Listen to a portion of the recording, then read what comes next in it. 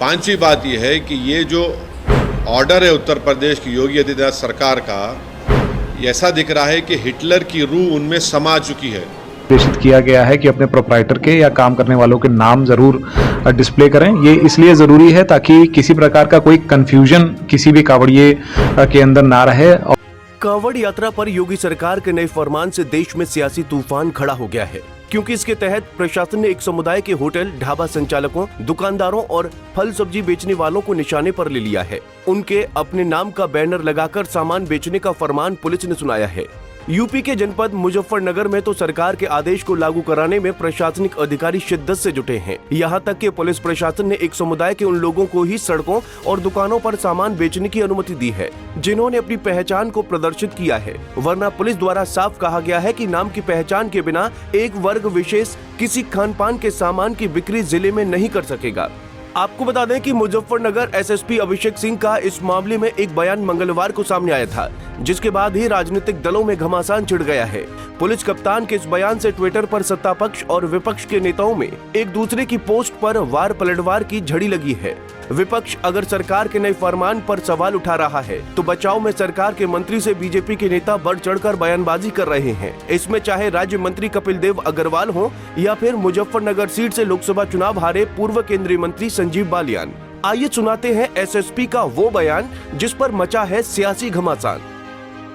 देखिए, कांवड़ की तैयारियां शुरू हो गई हैं और हमारे जनपद में लगभग 240 किलोमीटर का कांवड़ मार्ग है। इसमें जितने भी खान पान के दुकानें हैं, चाहे वो होटल, ढाबे, ठेले, जहां से भी कांवड़िए अपनी खाद्य सामग्री खरीद सकते हैं, उन सबको ये निर्देशित किया गया है कि अपने प्रोप्राइटर के या काम करने वालों के नाम जरूर डिस्प्ले करें। ये इसलिए जरूरी है ताकि किसी प्रकार का कोई कंफ्यूजन किसी भी कांवड़िए के अंदर ना रहे और ऐसी स्थिति ना उत्पन्न हो कि कहीं कोई आरोप प्रत्यारोप हो और बाद में कानून व्यवस्था की स्थिति उत्पन्न हो। इसलिए ऐसा निर्देश दिया गया है और सब इसको अपनी स्वेच्छा से इसका पालन कर रहे हैं। सर, मुहर्रम एक तरफ मुहर्रम। दरअसल मुस्लिम दुकानदारों की पहचान को सार्वजनिक करने का मामला यूपी के राज्य मंत्री कपिल देव अग्रवाल ने उठाया था।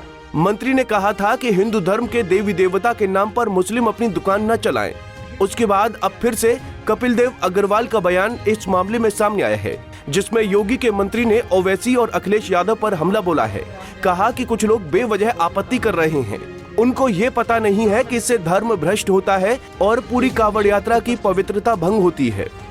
5-7 करोड़ कांवड़िया हरिद्वार से जल लेकर के चलता है, उसको वो पूरे देश भर के होते हैं, उनको नहीं पता होता कि वे कौन है, दुकानदार कौन है, उसका नाम क्या, ये विषय नहीं है। पर उनके नाम पे अगर उनका धर्म भ्रष्ट होता है, उनको नॉनवेज दुकान में जाके बैठना पड़े तो पूरी कांवड़ का पवित्रता ही भंग हो जाती है। फिर दोबारा जल लेकर जाना पड़ता है और दोबारा जल लेकर के आएगा तो दोबारा बिजनेस चलाएगा, तब तो वो टाइम निकल चुका होता है। तो इस प्रकार के विवाद से बचने के लिए ये विषय मैंने रखा और मुझको लगता है प्रशासन। कांवड़ यात्रा के नए फरमान पर सपा मुखिया अखिलेश यादव ने ट्वीट कर योगी सरकार पर वार किया है, जिसमें यादव ने लिखा कि मुजफ्फरनगर पुलिस ने जनता के भाईचारे और विपक्ष के दबाव में आकर आखिरकार होटल, फल ठेले वालों को अपना नाम लिखकर प्रदर्शित करने के प्रशासनिक आदेश को स्वैच्छिक बनाकर जो अपनी पीठ थपथपाई है। इतने से ही अमन और चैन पसंद करने वाली जनता मानने वाली नहीं है। ऐसे आदेश पूरी तरह से खारिज होने चाहिए। माननीय न्यायालय सकारात्मक हस्तक्षेप करते हुए शासन के माध्यम से ये सुनिश्चित करें कि भविष्य में ऐसा कोई भी विभाजनकारी काम शासन प्रशासन नहीं करेगा। ये प्रेम और सौहार्द से उपजी एकता की जीत है। अखिलेश यादव के इस ट्वीट पर बीजेपी के पूर्व केंद्रीय मंत्री संजीव बालियान ने पलटवार किया है। संजीव बालियान ने सपा मुखिया को टैग करते हुए ट्वीट किया है, जिसमें लिखा है, अखिलेश जी, मुजफ्फरनगर पुलिस द्वारा जारी आदेश जिसमें सभी दुकानों पर नाम लिखना जो सभी के लिए अनिवार्य है, एक पूर्व प्रचलित व्यवस्था है और 2013 के दंगों के समय सपा सरकार द्वारा केवल मुस्लिमों को विस्थापित मानकर 5 लाख रुपए का मुआवजा देने का आदेश एक धार्मिक विभेद था। AIMIM के चीफ असदुद्दीन ओवैसी ने योगी सरकार के नए फरमान को संविधान के खिलाफ बताया है। ओवैसी ने जर्मनी के तानाशाह हिटलर का जिक्र करते हुए कहा कि योगी आदित्यनाथ में उनकी रूह समा गई है। जर्मनी में हिटलर के समय में ऐसे कानून बनाए जाते थे। इस आदेश से उत्तर प्रदेश में तुष्टीकरण का खेल खेला जा रहा है, इसकी हम कड़ी निंदा करते हैं। उस हाईवे के ऊपर मैकडॉनल्ड है, KFC है, पिज़्ज़ा हट है, आपके कैफे कॉफ़ी डे है, उसके ऊपर क्यों नहीं बोल रहे हो लोग? उनसे क्या कुछ बातचीत हो गई क्या आपकी? पांचवी बात यह है कि ये जो ऑर्डर है उत्तर प्रदेश की योगी आदित्यनाथ सरकार का, ऐसा दिख रहा है कि हिटलर की रूह उनमें समा चुकी है। ये क्रिस्टल नाट मूवमेंट लग रहा है। हिटलर भी एक जूडन बॉयकॉट करते थे, इस तरह का बॉयकॉट हो रहा है उत्तर प्रदेश की सरकार की तरफ से। भाई आप होते कौन है ये करने वाले? क्या एक यात्रा का इतना उनको आप इम्पोर्टेंस देंगे और दूसरों की लाइवलीहुड को बर्बाद कर देंगे आप?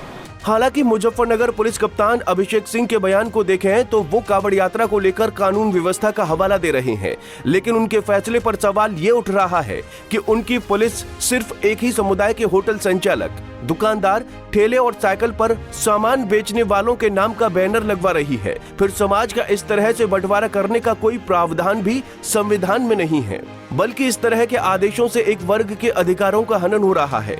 वहीं इसके पीछे वोटों के ध्रुवीकरण का खेल भी सरकार और सियासी दल खेलते दिख रहे हैं। सत्ता पक्ष हो या फिर विपक्ष, सब कभी नाराज तो कभी कावड़ के मुद्दे को हवा देकर वोट की फसल को काटना चाहते हैं। अब कावड़ यात्रा में हिंदू मुसलमान का राग छोड़ने के पीछे विधानसभा की 10 सीटों पर यूपी में होने वाला उपचुनाव जानकर देख रहे हैं, जिसे जीतने के लिए सियासी दल समाज में हिंदू मुसलमान पर फिर से बंटवारा करते दिख रहे हैं। शायद धर्म जाति की राजनीति करने वाले नेताओं को कावड़ यात्रा में वोट दिखाई दे रहा है। Bureau report, Punjab Kesari TV.